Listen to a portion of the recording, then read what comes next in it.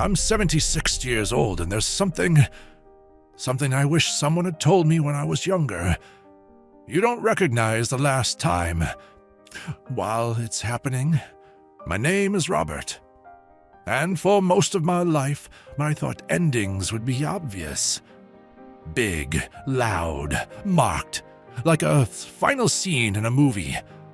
But life does not work that way. Life ends things quietly. So quietly. Sometimes you don't notice until years later. I used to think the important moments would feel important, but most of the moments you miss, they feel normal. They feel like a Tuesday. They feel like not tonight. They feel like we'll do it next weekend. They feel like I'm tired.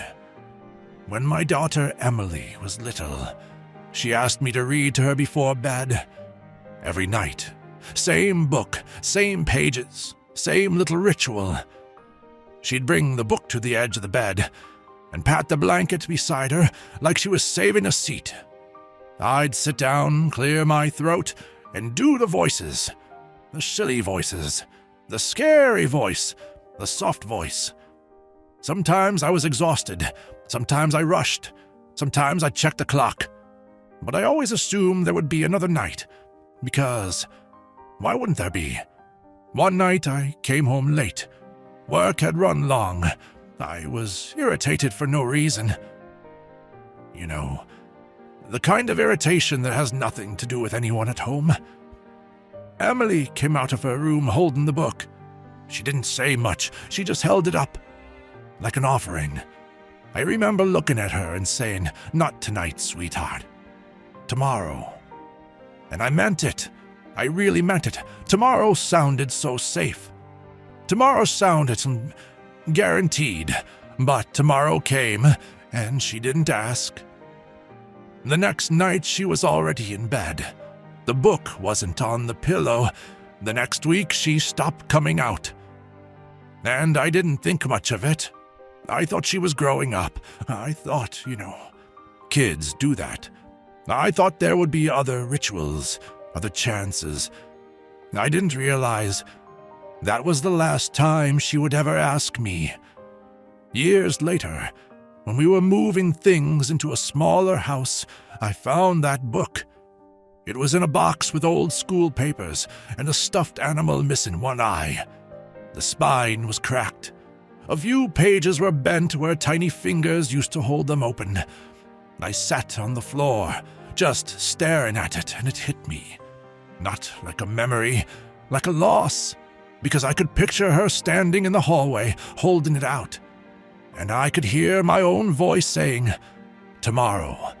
And I could see her face, not angry, not dramatic, just accepting, like she adjusted in real time, like she learned right there that she could stop asking. That's the thing about last times. They don't show up with music. They show up as small disappointments that teach people to stop reaching. There was another last time. My son, Daniel, was maybe 10. He had this red baseball glove. It was too big for his hand, but he loved it. He used to ask me to play catch in the yard. Just 10 minutes, just a few throws. Sometimes I said yes. Sometimes I said, after dinner. Sometimes I said, this weekend. One evening, he asked again. I was sitting on the couch. The TV was on. I wasn't really watching, but I was resting, He stood there with the glove, already hopeful. I said, "Not tonight, bud. I've got a long day tomorrow." He nodded. He said, "Okay." Then he went outside anyway. I watched him through the window for a second, just tossing the ball up and catching it by himself, and I remember thinking, I'll make it up to him soon. Soon, that word again. That was the last time he asked, not because he hated me, because he learned. He learned I was busy. He learned I was tired. He learned the answer before he even asked. I didn't notice the last time my kids sat on my lap. I didn't notice the last time They wanted to hold my hand in public. I didn't notice the last time they ran into the house excited to tell me something. 'Cause life doesn't announce those endings, it just moves. And kids move with it. And then there was my wife. Her name was Susan. We were married 49 years. People think long marriage means constant closeness. It doesn't. It means you have a lot of chances to show up. And a lot of chances to miss it. Susan had this habit of reaching for my hand when we walked in parking lots. Not romantic, not dramatic, just practical and like, "Stay with me." And I'd hold her hand for a while. Then I'd let go without thinking, to check my phone, to grab the keys, to open the trunk. Little things. Always little things. One day, I realized she stopped reaching. Not out of anger, out of adjustment. It's a quiet thing.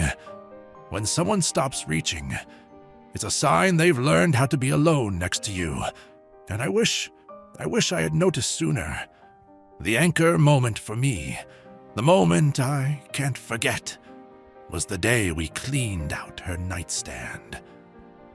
Susan passed away 3 years ago.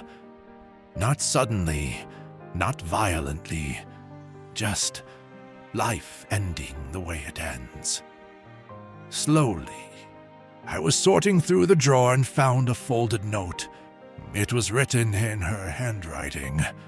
A list, not of chores, a list of simple things she wanted to do when life calms down. Drive up the coast, visit her cousin, sit on a bench near the lake with coffee, make an album of old photos, nothing fancy, just time, just presence. At the bottom, she wrote something like, "Maybe next year, maybe next year." That's when it hit me. We both did it. We both postponed. We both treated time like it was ours to schedule. We acted like life was an appointment we could move. I started remembering other last times, the last family vacation when everyone was still under the same roof. The last Christmas where the house was loud. The last time Susan laughed so hard she had tears in her eyes. The last time my father called me and I said, "I'll call you back." I never did, and now I would give anything for one more normal phone call. Not a dramatic goodbye, just a normal call. If you're young, you think you'll notice, you think you'll feel it, you think you'll say, "This is special." But you won't, because it feels like life. It feels like the middle, not the end. I'm not telling you this to scare you. I'm telling you because I didn't understand until I was too old to undo it. The last time is usually hidden inside something ordinary. A bedtime request, phone call, a hand reaching for yours. A simple question like, "Can you sit with me for a minute?" If you're the kind of person who keeps saying, after this week, after this project, after this stressful season. I get it. I was that person. But you should know something. When you delay the small moments, you don't delay them. You lose them. So when this ends, maybe do one thing differently. Not a big life change, just one small choice. The next time someone reaches, don't make them reach twice. The next time someone asks, answer like it matters. Because one day, without warning, it will be the last time. And you won't know it until it's gone. And I need to tell you something I believed for most of my life. I believed I still had time. You know, not endless time. I knew life ends. But I always believed there was enough time. Enough time to slow down later. Enough time to fix what I neglected. Enough time to make up for the nights I missed and the calls I didn't return. Because I kept telling myself I'd do it when things were calmer. My name is Edward. And if you're the kind of person who says, after this quarter, after this project, after the kids are older, then I'm talking to you because I was you.